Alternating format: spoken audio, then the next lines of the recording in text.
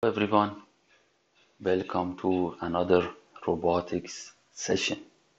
Today we're going to talk about Denavit-Hartenberg convention or DH. Um, Before we said how we can drive forward kinematics using homogeneous transformation matrices, but the main problem with that approach is that we assign frames randomly and it was a bit confusing and everybody gets to select their own frames, and in the end if we develop a model for a robot, we'll have several models for the same robot that they don't look similar. They are correct, but they don't look exactly the same. Denavit-Hartenberg convention gives us some strict guidelines, and if we follow them, we will be 100% sure that we will all drive the same model for a robot. Now let's see how this works. Previously, we said that forward kinematic problem basically consists of finding homogeneous transformation matrices from one frame to previous frame and multiplying them. We find a homogeneous transformation matrix that brings end effector frame to the robot base frame, a stationary frame, and looking at that, we can get all the information that we want for the forward kinematics model. Now, what does Denavit-Hartenberg do? It gives a set of instructions that if you follow it, the problem of finding forward kinematics would be much simpler and easier, especially for 3D robots. And also, it only requires 4 parameters to define a homogeneous transformation matrix. This might be a bit surprising for you. Before we said if you want to show a motion of a rigid object in 3D, we need 6 parameters, 3 for its translation and 3 rotation angles that develop a rotation matrix, so overall 6. Why does it need 4? Answer that question later, but keep in mind that by reducing this number of variables, it makes the process much easier. The first step in using DH convention is assign number to the frame, to the links and joints. And keep in mind that the first link should be always ground, where the robot is fixed, the base of the robot. For this case, here would be our link 0. It is the ground. Then the next link would be this link, and the last link for this robot that has 2 links is the green link. The same, we start numbering the joints. Every joint, regardless of it being revolute or prismatic, we give it a number, starting from the base of the robot. In the end, we should have n plus 1 link for every n joints. If your robot, for instance, has 2 joints, like this case, we have 3 links because we have always the ground link. Ground link is link 0. So when you assign these numbers, you can check to see if your numbering is correct. For every n joint, we will have n plus 1 link. The next step is assigning frames. How do we assign frames? We assign a frame at the end of every link. For instance, in this case, the red link, let's say it's link I-1, the frame would be at the very end of the link. For the green link, again at the end of the link. Then we will need only 4 parameters to build a homogeneous transformation matrix that brings one frame to its previous one. For instance, green to the red. What are these 4 parameters? 1 rotation around Z, usually shown by theta. 1 displacement along Z, we show it usually by D. Displacement along X, we show it by A. Rotation around X, we show it by alpha. These are enough to bring one frame to another frame. For instance, in this case, first rotate this frame by angle equal to, say, Z. equal to theta around z. This would be our new frame. Then moving it along z direction.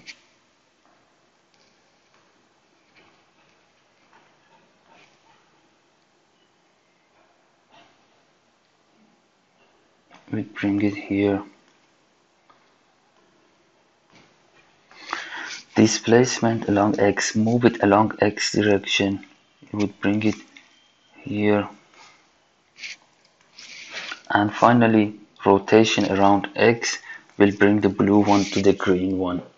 So with 4 different types of move, rotation and displacement along z, displacement along x, and rotation around x, we can bring one frame to another frame. After we calculated these 4 parameters, we can build the homogeneous transformation matrices that bring one frame to its previous one. One rotation around z, translation x, rotation x. We build the homogeneous transformation matrices for each of these movements, multiply, and we get the final homogeneous transformation. It will always look like this. We have one z. If you look at this, this is a rotation, elementary rotation around z, no displacement. Then one translation along z only, no rotation. Translation along x, no rotation, identity, and one rotation around x. Multiplying this, we get the homogeneous transformation matrix that would bring one frame into a previous frame.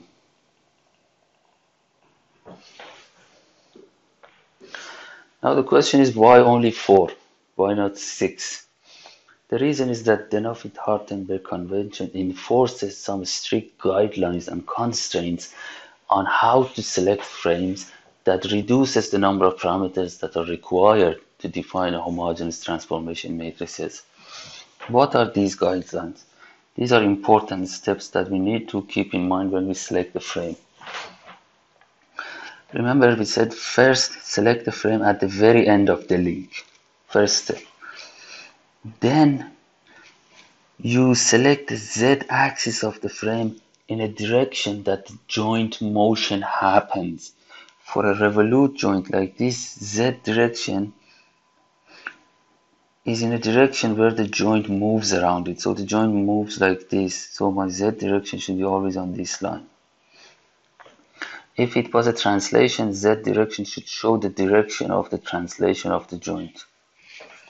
Next step, when you select the x-axis, make sure it intersects with the z-axis of previous frame, and it should be always perpendicular to it. Like this case, look at the green frame. Its z-axis shows the direction of joint movement. Its x-axis should always intersect with the z-axis of the previous one and be perpendicular to it.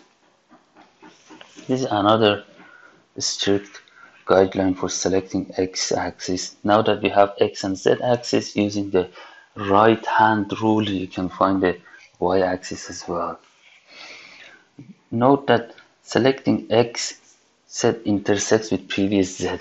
For most robots that we're going to see, this already happens. This is a case where a robot link is usually bent or it's in 3D. Then you must be very careful on how you select the x-axis. Usually it already intersects with the z-axis of previous frame by itself. We will see what that means. Let's look at an example of a 3-link planar robot that we talked about last session.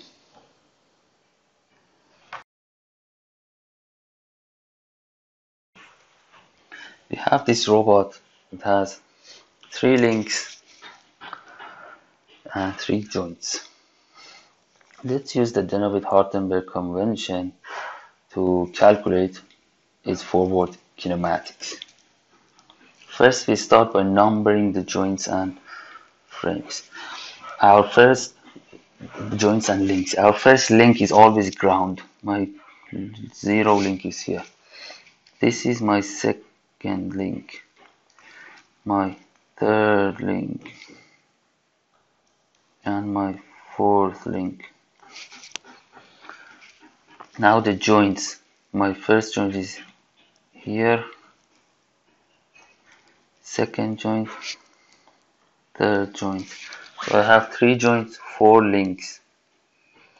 Now we start assigning frames. We put the frames at the very end of each link.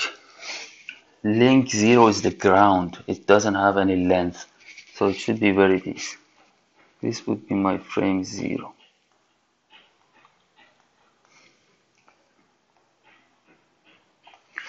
Frame 1 at the end of link 1.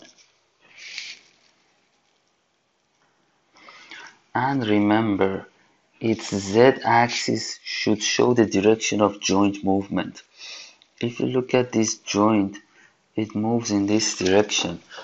The z-axis comes out of the plane. The joint rotates around z-axis. So my z-axis is coming out of plane. My x-axis should intersect with the previous z-axis. Previous z-axis was already coming out of plane.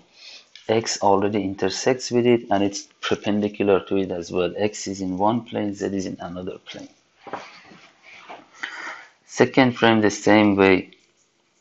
At the end of link 2, x-axis coinciding with Z of previous one and perpendicular to it. And the Z-axis shows direction of joint movement coming out of plane. The same we will get the last frame.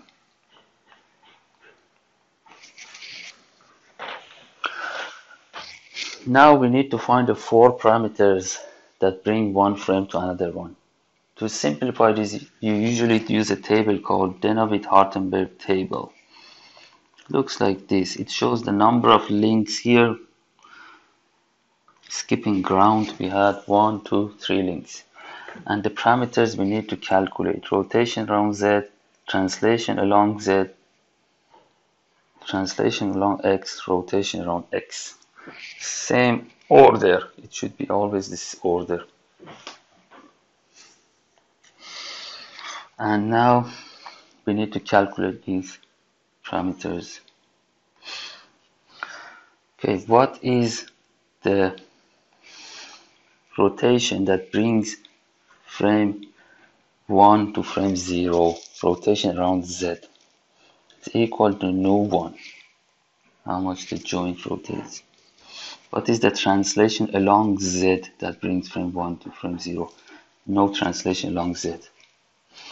Translation along X of this frame is equal to A1. If we move this frame blue 1 by magnitude of A1 equal to length of link 1, it comes down here. Do we need any rotation around X to bring frame blue to red? No.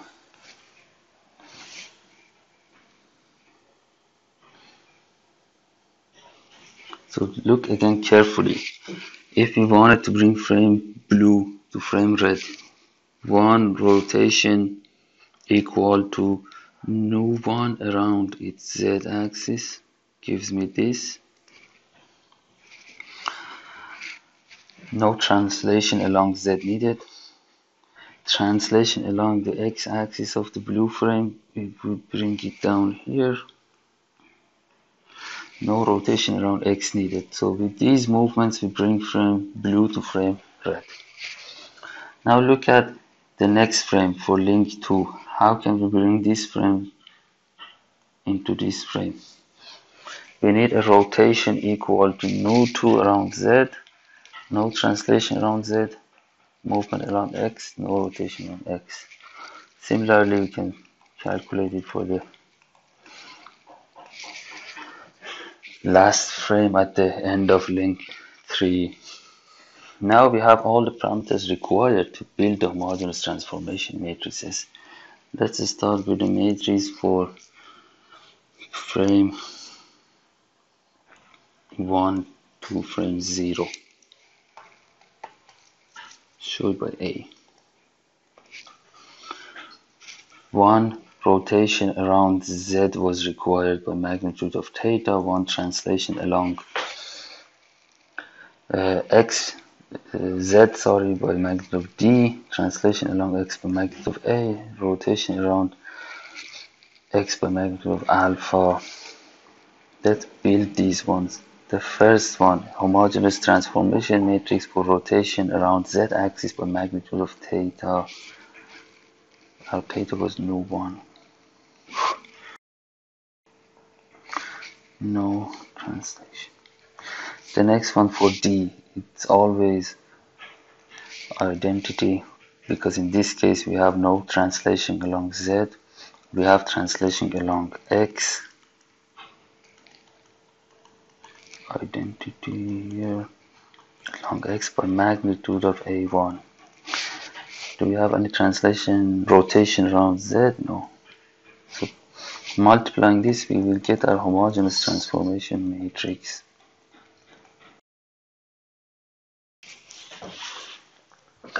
Similarly, you can calculate by looking at the table frame 2 to 1 and frame 3 to 2, and in the end, if you multiply all the homogeneous transformation matrices, you will get one homogeneous transformation matrix that would bring frame 3 to frame 0, similar to what we did in last session. And finally, when you calculate the final homogeneous transformation matrix, it would look something like this. The three elements on the top right will give us the coordinates, positions of the robot end effector, and the 9 elements here on top left will give us the rotation matrix for the end effector. By looking at these 3 elements, we will get the position of robot end effector. By looking at this rotation matrix, we will get the orientation of robot end effector. Reminder from previous session, how do we get orientation angles from a rotation matrix? We stick to the Euler guidelines, and then it's calculated using arctan 2, arctan 2 and these equations.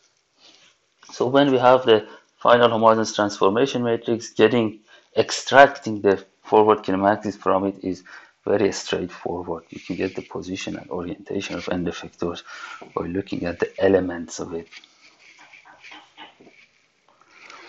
Let's look at a bit more complicated example. Another example, the robot that's here shown called SCARA robot. And let's use Denavit-Hartenberg again to calculate its forward kinematics. Let's draw a schematic of it first. This robot has 3 joints. One revolute joint here, second revolute joint here, and it has a prismatic joint here. You can go up and down. Let's draw a schematic of it.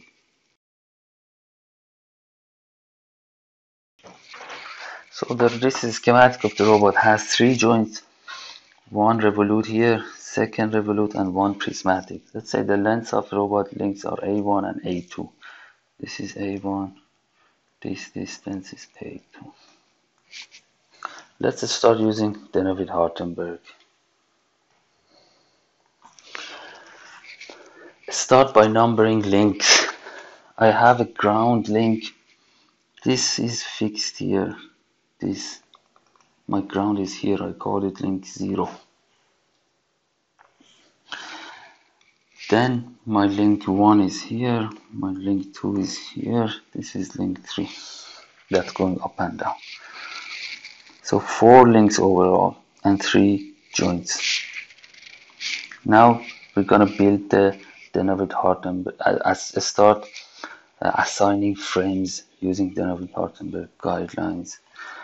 My first frame at the very end of the ground. This is my ground. I will put it like this.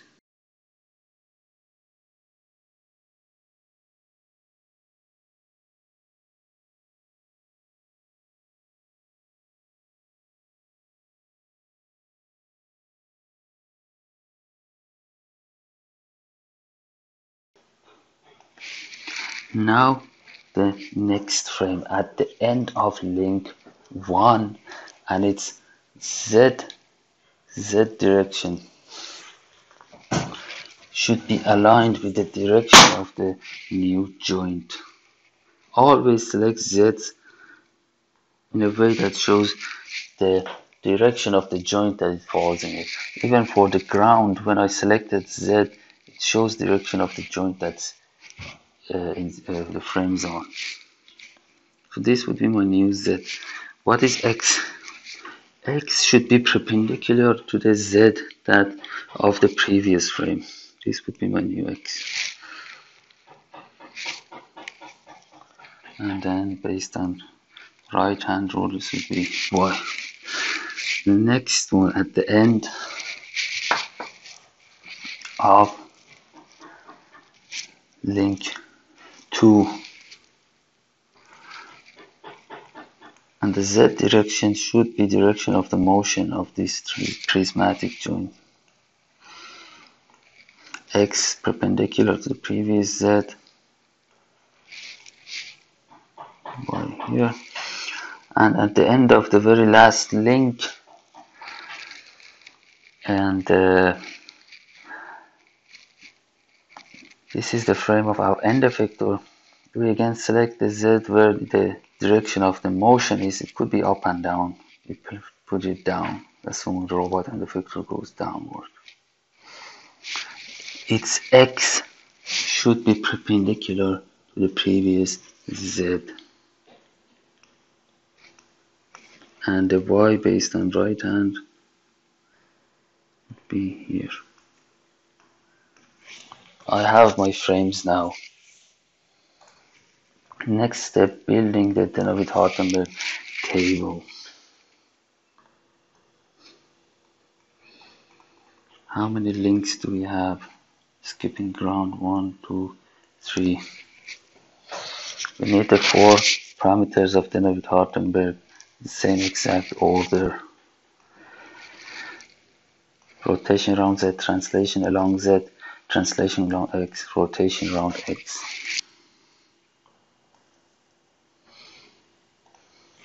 Okay, frame 1 to 0. What is the rotation that brings frame 1 to 0 around Z? Assume this joint theta 1 moves. Then to bring the green frame to red frame, we need to rotate it around Z by magnitude of theta 1. Translation along Z, nothing.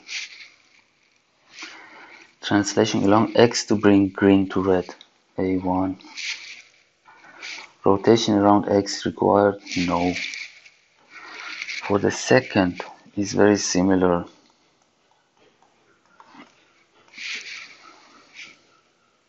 Now look at frame 3 to frame 2.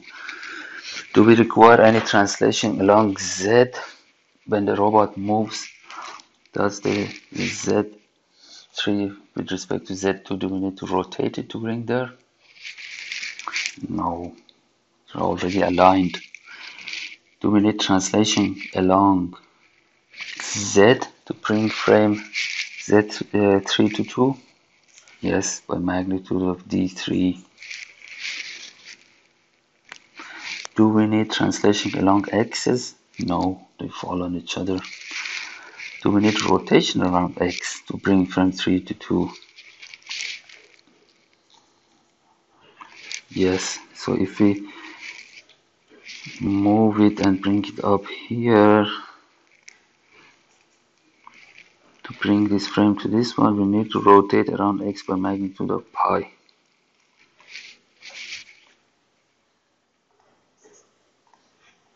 So yes, a rotation around X is required. Now that we have them, simply we can build the homogeneous transformations from frame 1 to 0, from frame 2 to 1, from frame 3 to 1. What would be the homogeneous transformation from 1 to 0? 1 rotation around Z, and 1 translation along X.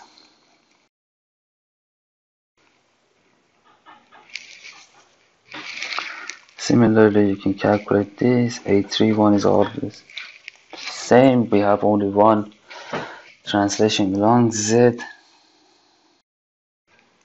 and one rotation around X.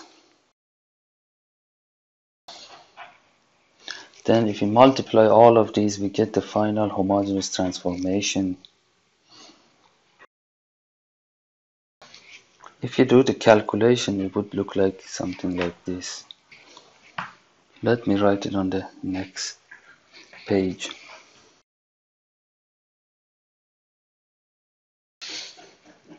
It would look like this. This is our final homogeneous transformation matrix that brings the robot end effector to the ground.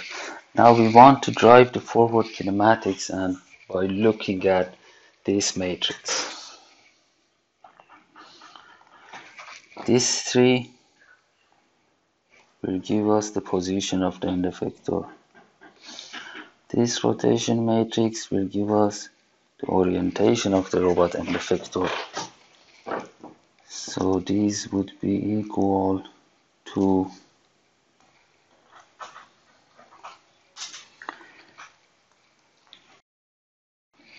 so the position has 3 elements, rotation has 3 elements itself. These are the positions of end effector. Now if you're interested in its orientation, we have to look at this matrix. Again, this matrix, if we want to use Euler angles, what are the 3 ZYZ angles? By looking at it, you can see it looks like an elementary rotation only around Z.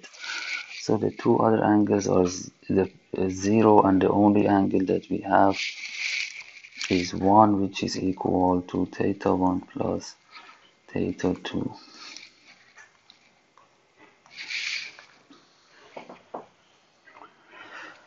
If you wanted to use the arctan2 equations to get the angles, you would see that this is a case where we have a gimbal lock.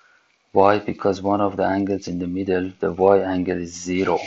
So it would be hard to differentiate between the two z angles. The Euler angles were z, y, z.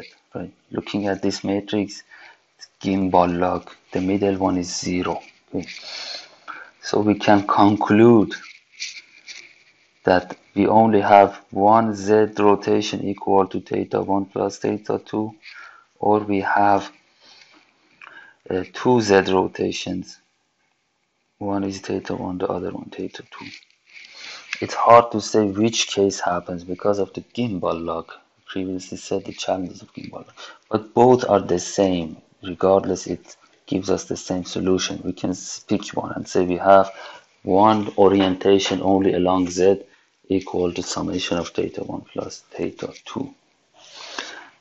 Talk about this in a bit detail when we get to the inverse kinematic. This will cause us a problem in inverse kinematic section. For forward kinematics, it's easy. Now imagine the inverse case. If we wanted to calculate the thetas knowing the end effector position and orientation, there would be no possible way to calculate them independently. But that was just a sidebar. We have forward kinematics for a scalar robot using Denavit-Hartenberg notation. Another example, this would be similar to one of the questions that you might see in an exam. I'll give you a robot and ask you to find its forward kinematics. This is a case when we have a wrist. This is called a spherical wrist robot. It has 3 types of rotation.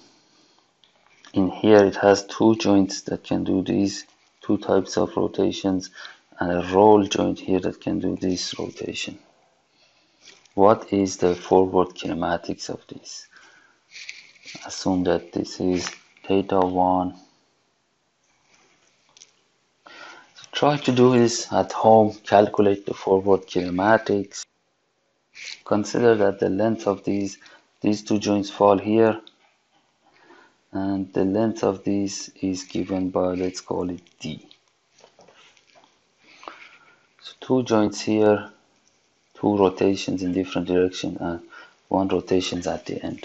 Calculate the forward kinematics. You can pause the video now, try to do it. I'll give you the answer, but try to do it on your own and compare your results with me.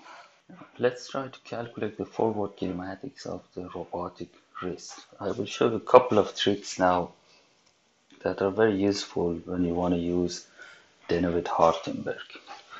So our wrist looks like this. If you want to bring the schematic again.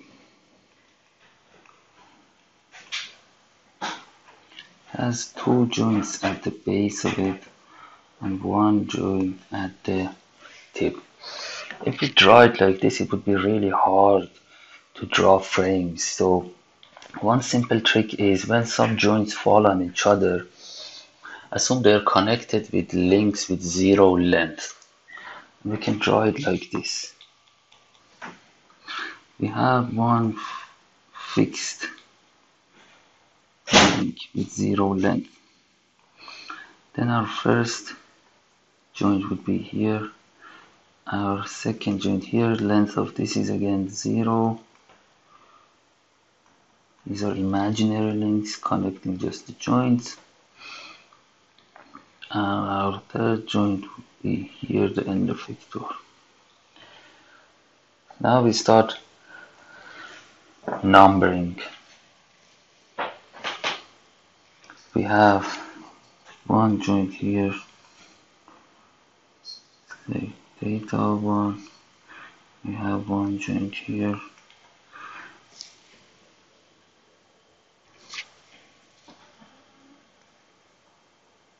It rotates like this, theta 2. And one joint here that rotates like this, theta 3. 3 joints now. Links. Our first link is ground here. Second link is here, length of 0 connecting the two joints. And last link here. So we have ground 0 connecting it to the joint 1, 1, 0 length, connecting joint 1, this is 2, 3 overall, 4 links, 3 joints. Now let's draw frames. Our first frame falls on end of the ground here, ends here, so our frame should be here. So with the direction of Z, X,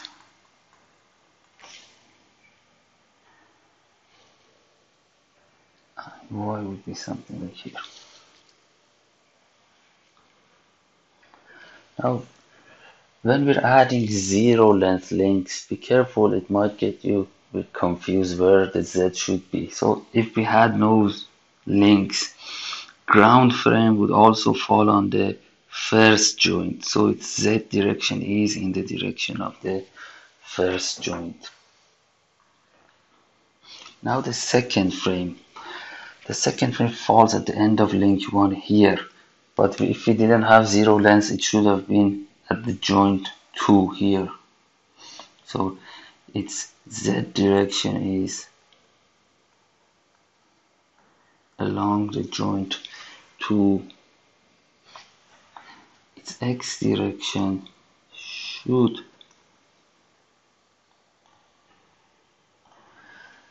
be perpendicular to Z0 and coincide with it. So that's its X.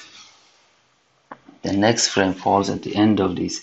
If we didn't have zero length links, it should show the direction of the next joint motion.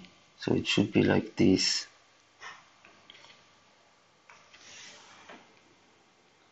And its X should be perpendicular to the previous Z and coinciding X. Now we need to calculate the Denavit-Hartenberg angles. First, theta.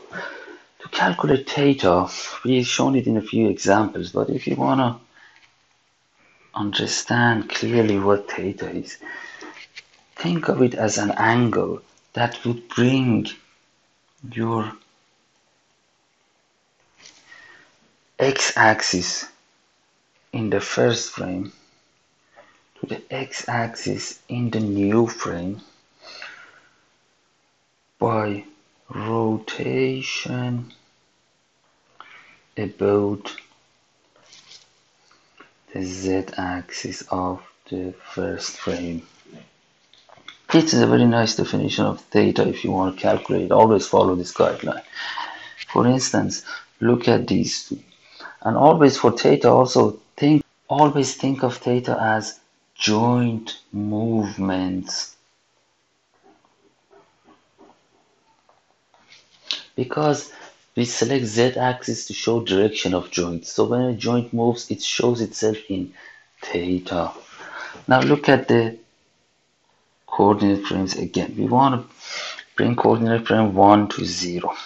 To calculate theta, we look at the angles that bring the x of frame 1 to frame 0 by one rotation around z0. What would be? When this angle theta 1 rotates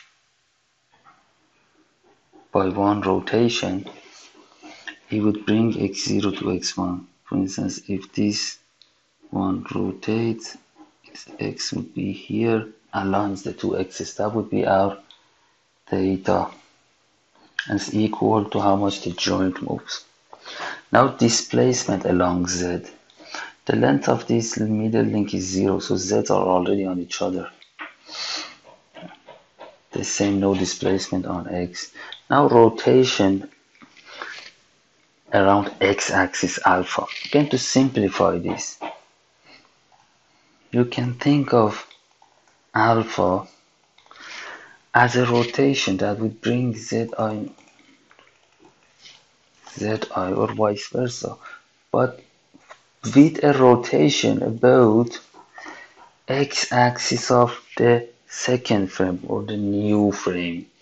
So see the difference. For theta we looked at frame I minus 1 and z-axis of it. For alpha we look at frame I and x-axis of it. Let's calculate the alpha that brings these two frames together. We want to find an angle that if we rotate x1 around x1 with that angle would bring our z together. What would it be?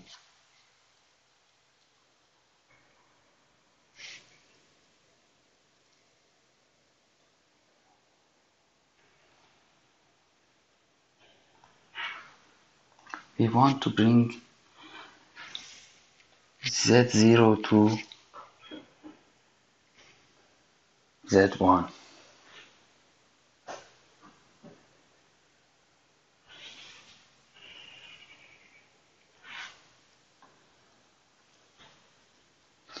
We want to bring z0 to z1 by a rotation about x1. How can we do it? If we rotate z0 around x1 by half a pi, z0 will fall onto z1.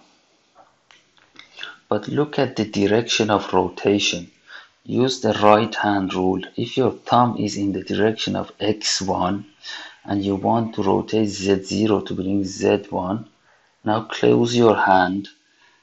This shows direction of motion. In order to bring z0 to zy by rotation on x1, you have to move in an opposite direction as the right hand rotation. So this angle is actually negative. To understand it, put your thumbs in this direction, close your fingers in this direction. This shows the positive direction of motion when you rotate around x1. If you want to bring z0 to z1, you have to move in the reverse direction of it by half a pi. So the rotation is actually half a pi in negative direction. Look at the other frame now. We want to bring frame 2 to frame 1. Look at theta. Theta is an angle that brings x1 to x2 by rotation around z1. x1 to x2 by rotation around z1. This is how much this joint moves. When you want to calculate theta, beware of joint movements. This would be our theta 2. We don't have movements along z and x. The length of the link is 0. Now alpha, it's an angle that rotates around x1, and you want to bring z1 to z2. Sorry, it rotates around x2. Rotation around x2, that would bring z1 to z2. What would it be? This is your z1. If you want to bring it to z2, it has to rotate here by half a pi in this direction. This is your z1. You would bring it to z2. And using the right hand rule, you can see it's actually in positive direction. If you put your thumb here, close your hand in this direction, right hand, you see this shows the positive direction, so half a pi in the positive direction. For joint 3, it's easier. First, joint angle, that would bring x2 to x3 by rotation around z2. x2 to x3 rotation around z2. So this is your actual x2, this is z2. You want to rotate around z2, bring x2 to x3. It's theta 3, how much the joint moves. Displacement along z direction. This length has a length, let's call it d. So you have to move along z3 by magnitude of d. And then it exactly falls on the frame. We have no rotations or translation along x. Now that we have this, you can calculate the transformation matrices, homogeneous transformation matrices, that would bring frame 1 to 0, 2 to 1, 3 to 2, multiply them to find the one that brings end effector frame to the final frame. And the final answer is this.